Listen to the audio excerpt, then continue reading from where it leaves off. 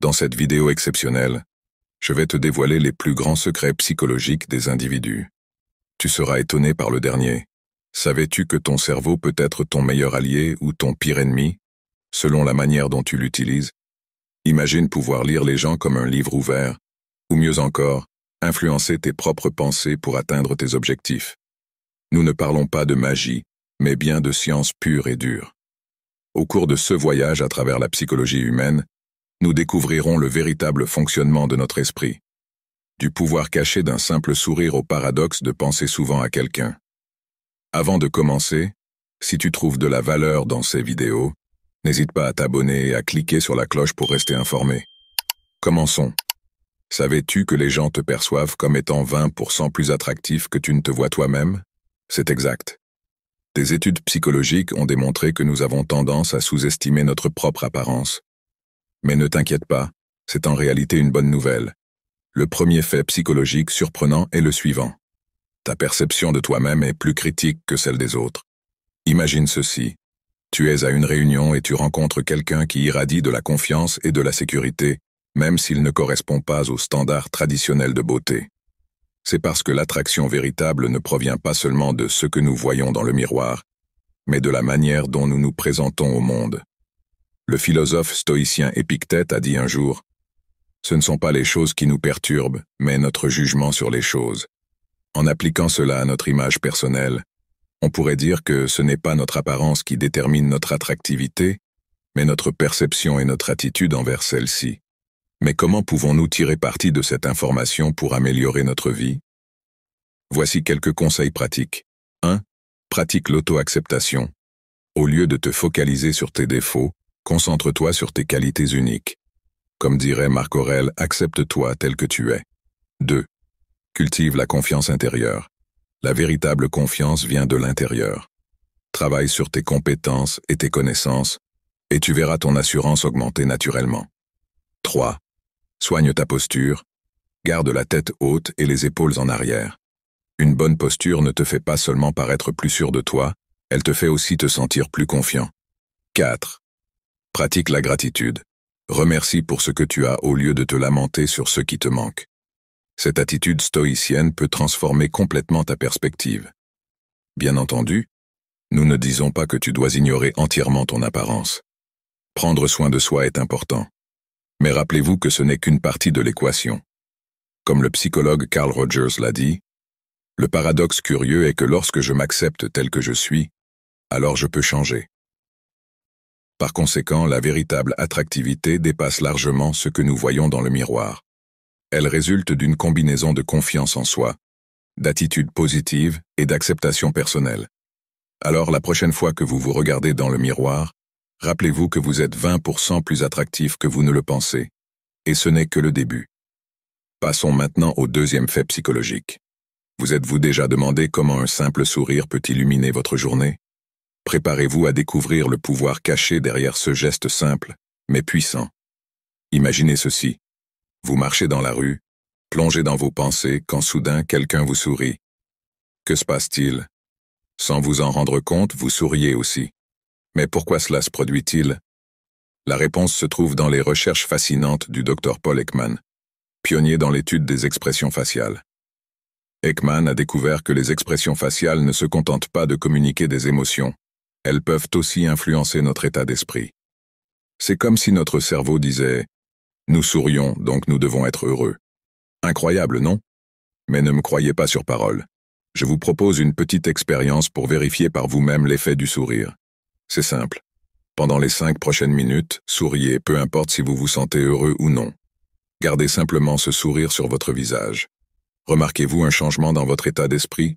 Il y a de fortes chances que oui. Et ce n'est pas de la magie, c'est de la science. Lorsque nous sourions, notre cerveau libère une combinaison de neurotransmetteurs tels que la dopamine, les endorphines et la sérotonine. Ces substances chimiques naturelles nous font nous sentir plus heureux et détendus. C'est comme un mini-spa pour votre cerveau, et tout cela grâce à quelques muscles faciaux en mouvement. Mais ce n'est pas tout. Le sourire a aussi un effet contagieux. Lorsque vous souriez à quelqu'un, il est très probable que cette personne vous rende le sourire, déclenchant ainsi une chaîne de bonne humeur. Imaginez comment serait le monde si tout le monde souriait un peu plus. Maintenant, nous ne disons pas que vous devez vous promener avec un sourire permanent comme un emoji. L'idée est de prendre conscience du pouvoir de ce geste simple et de l'utiliser à votre avantage. Vous avez une entrevue d'emploi? Souriez avant d'entrer. Si vous vous sentez un peu abattu, essayez de sourire devant le miroir. Voici la meilleure partie. Le sourire est entièrement gratuit et disponible 24 heures sur 24, 7 jours sur 7. Vous n'avez besoin d'aucune ordonnance médicale ni d'un abonnement premium. C'est votre super pouvoir personnel, prêt à être utilisé à tout moment. Alors, la prochaine fois que vous vous trouvez dans une situation difficile, ou que vous souhaitez simplement améliorer votre journée, souvenez-vous du pouvoir caché du sourire. Comme le disait le philosophe stoïcien Épictète, le bonheur dépend de nous-mêmes, et parfois, ce bonheur peut commencer par un simple sourire. Fait psychologique numéro 3, vous êtes-vous déjà demandé pourquoi nous manquons souvent plus le souvenir de quelqu'un que la personne elle-même? C'est comme si notre esprit rejouait les meilleurs moments du passé. Ce phénomène psychologique est aussi courant qu'intéressant. Nous avons tendance à idéaliser les moments heureux et à oublier facilement les raisons pour lesquelles une relation s'est terminée. Imaginez ceci. Vous écoutez votre chanson préférée, et soudain, vous êtes transporté à un été inoubliable, ou à votre premier amour. Cela vous semble familier? C'est ce que les psychologues appellent l'ancrage émotionnel. Cette connexion profonde entre un stimulus externe, comme une mélodie, et votre état émotionnel à ce moment précis. Mais la musique n'est pas la seule à posséder ce pouvoir magique. Les odeurs peuvent également évoquer des souvenirs vifs. Avez-vous déjà senti quelque chose qui vous a instantanément ramené à votre enfance? Peut-être que l'odeur de biscuits fraîchement cuits vous transporte immédiatement dans la cuisine de votre grand-mère. Ces ancrages olfactifs sont si puissants qu'ils montrent à quel point nos émotions sont profondément liées à nos sens.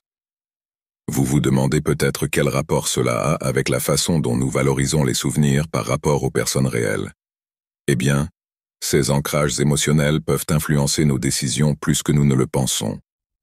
La nostalgie peut nous pousser à vouloir reconnecter avec quelqu'un du passé, sans vraiment considérer pourquoi cette relation n'est plus présente dans notre vie.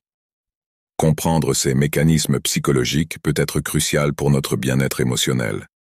Cela nous aide à distinguer entre les souvenirs idéalisés et la réalité, nous permettant de prendre des décisions plus conscientes concernant nos relations actuelles et futures. Attention, il ne s'agit pas de rejeter tous vos souvenirs heureux.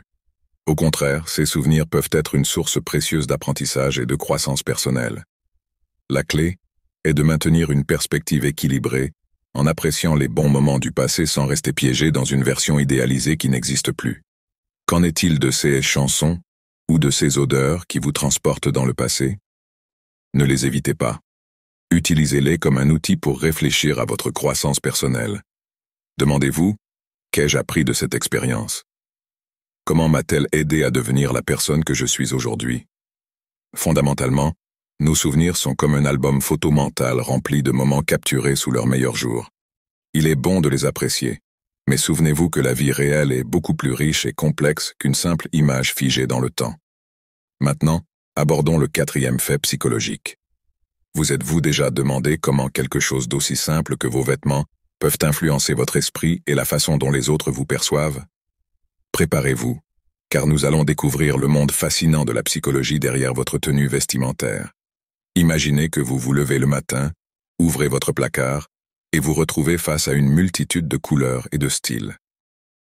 Ce qui est intéressant selon la Dr. Helen Fisher, anthropologue et spécialiste de l'amour. Si cette personne qui ne quitte pas vos pensées est aussi quelqu'un pour qui vous ressentez de l'attraction, vous pourriez être en train de ressentir les effets de la dopamine, le neurotransmetteur du plaisir et de la récompense. En d'autres termes, votre cerveau pourrait être aussi accro à cette personne qu'il l'est au chocolat, ce qui en dit long. Cependant, tout ne se résume pas à la chimie cérébrale. Le célèbre psychologue Mihaly Csikszentmihalyi nous rappelle que parfois, penser constamment à quelqu'un peut être une forme de flux mental, surtout si cette personne vous inspire ou vous motive à devenir meilleur. Que faire avec toutes ces informations?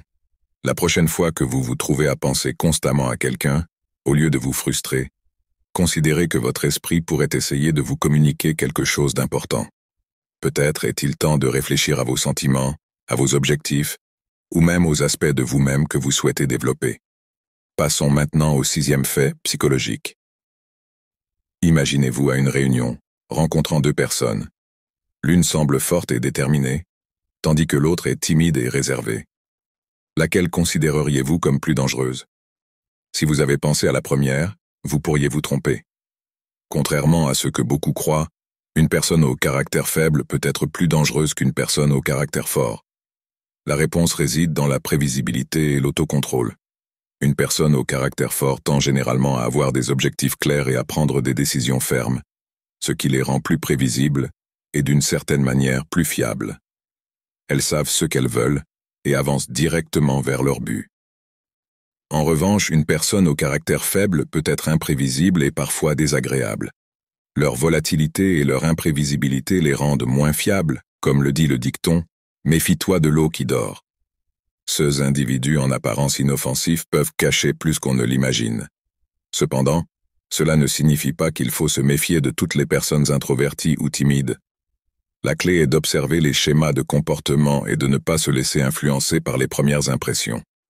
Passons maintenant au 7e fait psychologique. Imaginez-vous à une réunion avec des amis où quelqu'un commence à raconter une histoire. Vous remarquez que certaines personnes vont droit au but, tandis que d'autres font des détours qui vous perdent en chemin. Ce n'est pas un hasard. La façon dont nous utilisons les mots révèle beaucoup sur notre personnalité et sur notre fiabilité. Les personnes qui parlent peu mais de manière précise sont généralement les plus fiables. Elles accordent une grande importance au pouvoir des mots et comprennent la valeur des secrets, agissant comme des coffres-forts pour les informations qui leur sont confiées. En revanche, ceux qui parlent sans retenue, divulguant chaque détail et secret d'autrui, compromettent souvent la confiance des autres sans s'en rendre compte. Et saviez-vous que vos humeurs peuvent aussi être influencées par vos hormones? Oui, dans le cas des hommes, des niveaux bas de testostérone peuvent affecter non seulement leur humeur, mais aussi leur manière de communiquer. La testostérone, associée à la musculature et à la virilité, joue un rôle crucial dans notre bien-être émotionnel.